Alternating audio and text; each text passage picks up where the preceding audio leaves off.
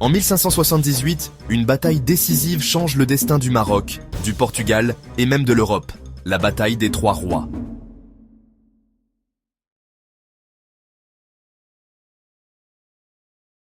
Imaginez le monde au XVIe siècle.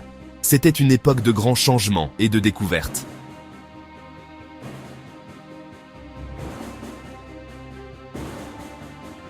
Les puissances européennes, comme le Portugal, naviguaient à travers le globe. Elles bâtissaient de vastes empires et des réseaux commerciaux. Le Portugal, un petit pays à la périphérie de l'Europe, était devenu une superpuissance mondiale. Ces navires, appelés caravelles, étaient les meilleurs du monde. Ils rapportèrent des épices d'Inde, de l'or d'Afrique et des richesses du Brésil. Les Portugais étaient fiers et profondément religieux. Ils se considéraient non seulement comme des commerçants, mais aussi comme des croisés. Leur voisin d'outre-Détroit, le Maroc, était une nation puissante et riche à part entière. Le Maroc était gouverné par la dynastie saadienne. Les Saadiens avaient unifié le pays et repoussé avec succès les envahisseurs étrangers.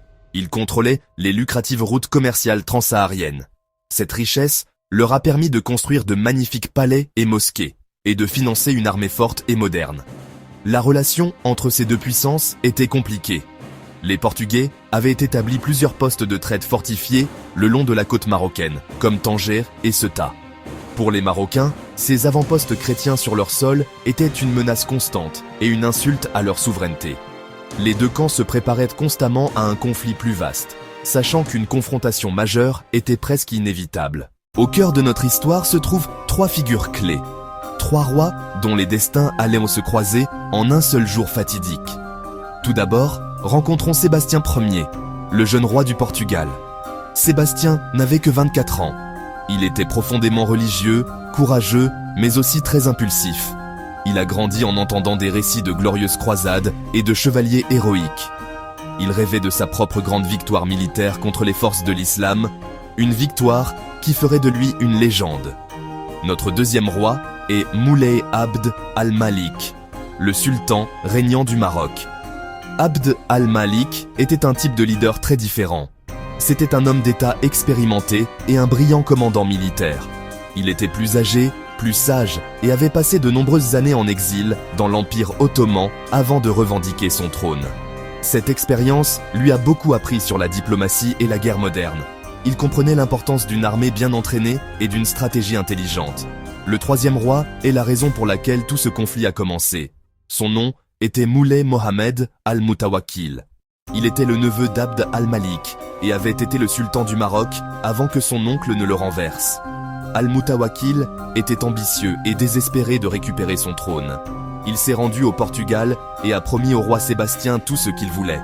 Des terres, des titres, le contrôle des villes côtières du Maroc, si Sébastien l'aidait à vaincre Abd al-Malik. Les préparatifs du roi Sébastien pour sa grande croisade furent colossaux. Il consacra toutes les ressources du Portugal à la création d'une armée magnifique. Au total, Sébastien réunit une force impressionnante d'environ 25 000 hommes. À l'été 1578, cette immense force d'invasion quitta Lisbonne.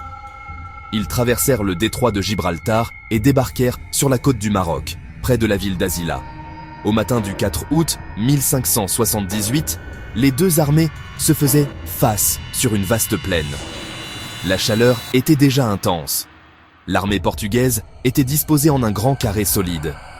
C'était une formation européenne classique, conçue pour se protéger des charges de cavalerie.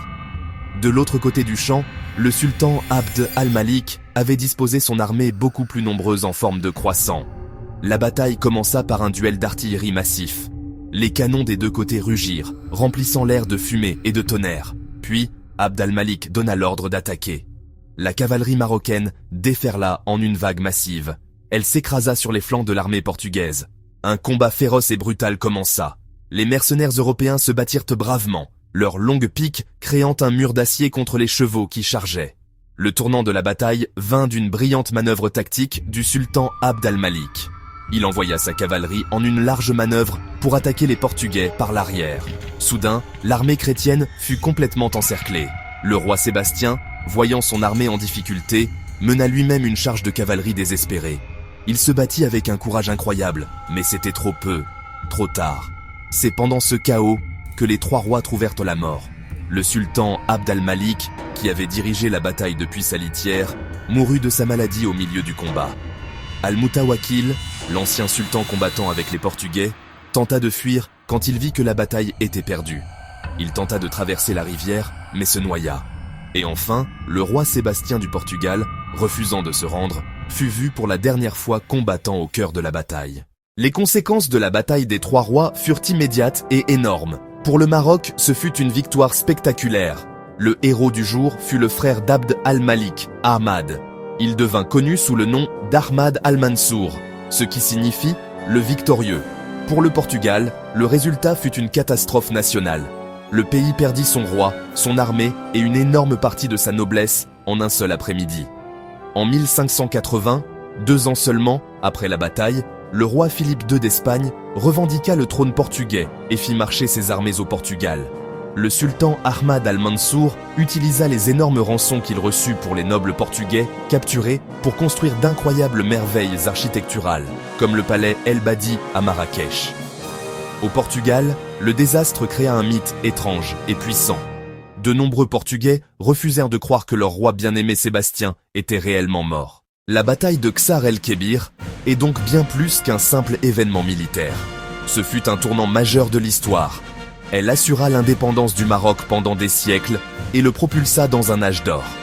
En même temps, elle mit fin au statut du Portugal en tant que superpuissance mondiale et entraîna la perte de sa souveraineté. Cette incroyable histoire de 1578 nous rappelle avec force que l'histoire est pleine de rebondissements dramatiques. Elle nous encourage à explorer d'autres chapitres fascinants de notre histoire humaine partagée.